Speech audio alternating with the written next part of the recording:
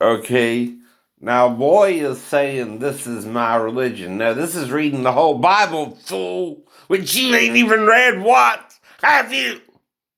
Have you read through the whole Bible yet? Or are you a moron who acts like you know everything when you don't? That's exactly what you are. If you don't read the whole damn Bible, you don't know a goddamn thing about it but what Satan shows you, which is men. Man, until you admit you're the fucking problem, you're the fucking problem. By the way, you're less likely to understand God than the woman or the hermaphrodite who was inserted into the gene pool sexually. How can you tell more children are born male or female than a hermaphrodite? One's more naturally born. That is why some kids can go transgendered, right? And be truly transgendered because they have an extra chromosome you don't have. No, idiot. But don't believe God and Jesus. No, believe Satan, who has only us to support him. No, get it, dumbass? No, you don't, do you? No. And you keep calling it my religion is what the Bible actually fucking says if you fucking take the time to fucking read it, fool. The fool, according to King David, has said in their heart, there is no God. You're going to hell with Satan. This is what Jesus also showed the disciples through the Torah and the prophets before he left 40 days later. Well, actually, it was when he finally saw Thomas, right? That Luke points that out to you, idiot. Now, of course, Jesus is going to show you every truth about himself in the Torah, including explaining Isaiah 42 right? And Isaiah 60:16. Right? That's the one you don't want to understand, points out to a hermaphroditic king, right? Because it talks of kings with female breasts. But it also has Malakoth for queens. Unlike other words, right, translated into Hebrew, from Hebrew, one of them, kings and queen, are different, right? King is Melech. Queen is Melekah with an AH. That's how I figured out Yahuwah from Elijah. Who? Eliyahu. I don't know. In the Hebrew.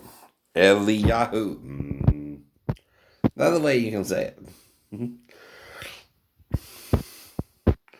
Now, Elihu, all right,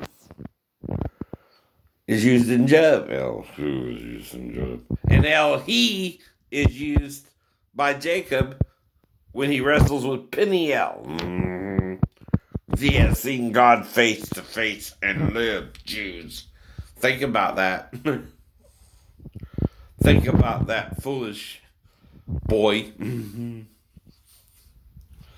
You're a boy because you're a fool who says in his heart, there is no God. You're just a little freaking flea on God's back.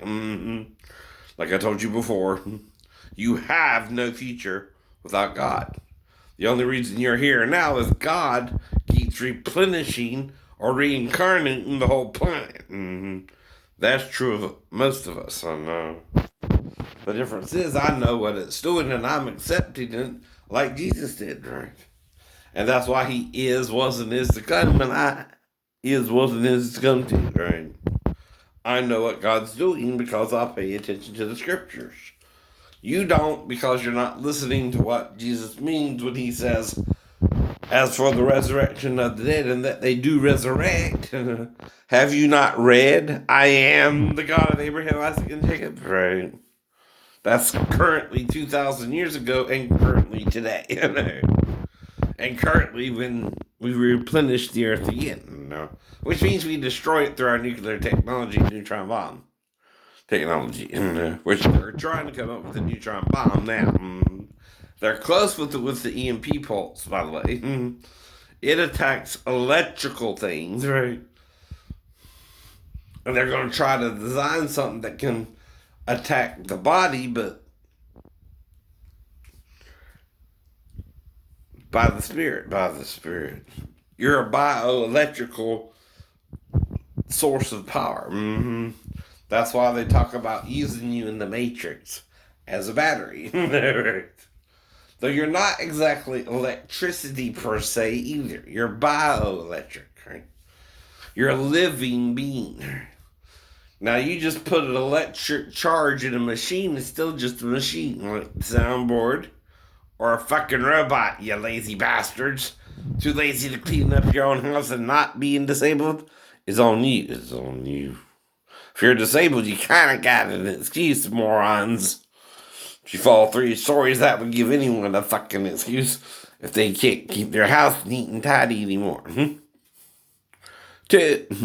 people would know that too. And knocked on someone's ass who fell 3 stories.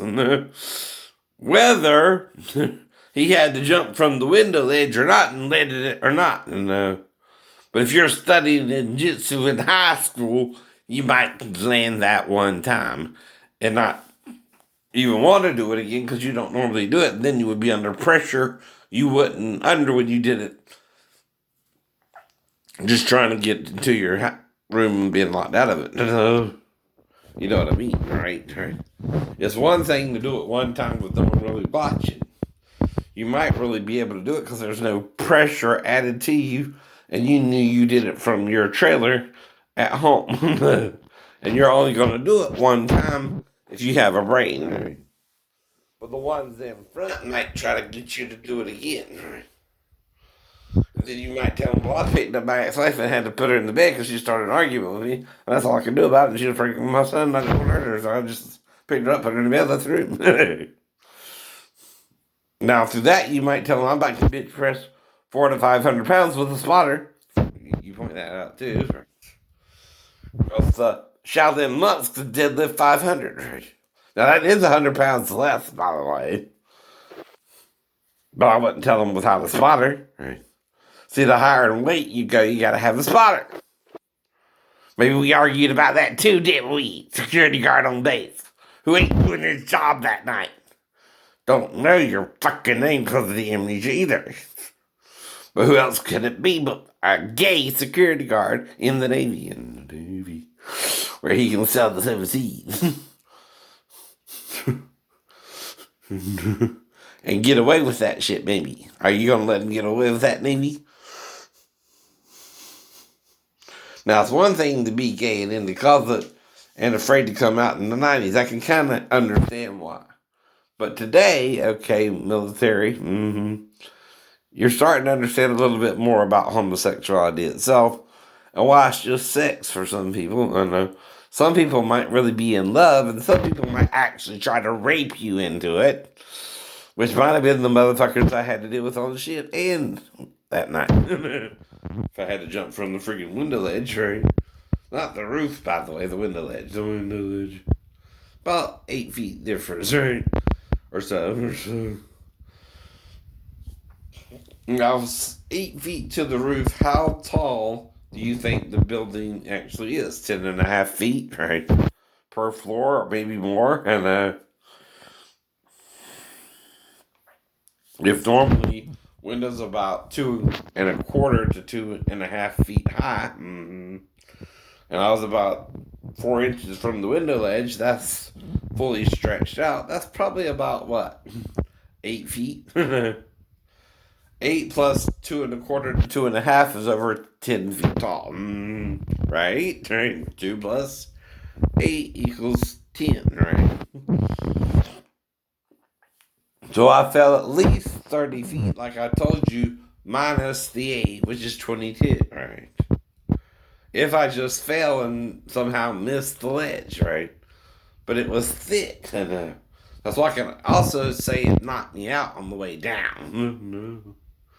Right? I don't know what happened if I blacked out sometime shortly thereafter if I went around the front. Either get it? Don't know. Right.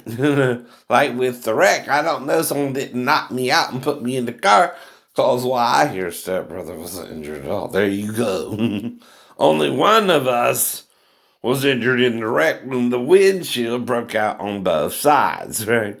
We both should have had to put our hands up like I kind of did, like this, I guess. It's like healed all everything as if I was in a wreck when I was attacked with a bat, covering me and them. And my enemies, oh no, whoever attacked me that day would have to be an enemy, attacking me over something I did with them, right? Like Johnny Norris, for example, kicking his ass when we first fought.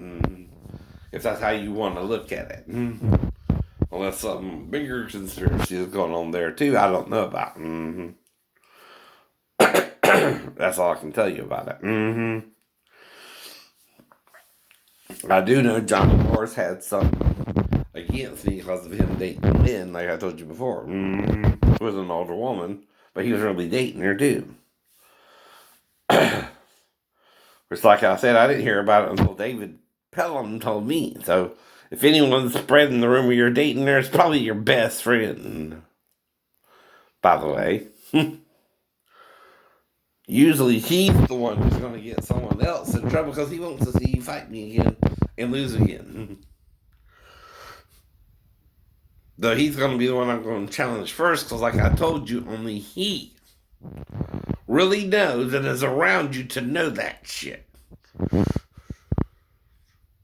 Not me. I don't even hang out with y'all a lot. I hang out with more Myron and David anyway. And I know whatever the confrontation was about, you are Antichrist too. I know.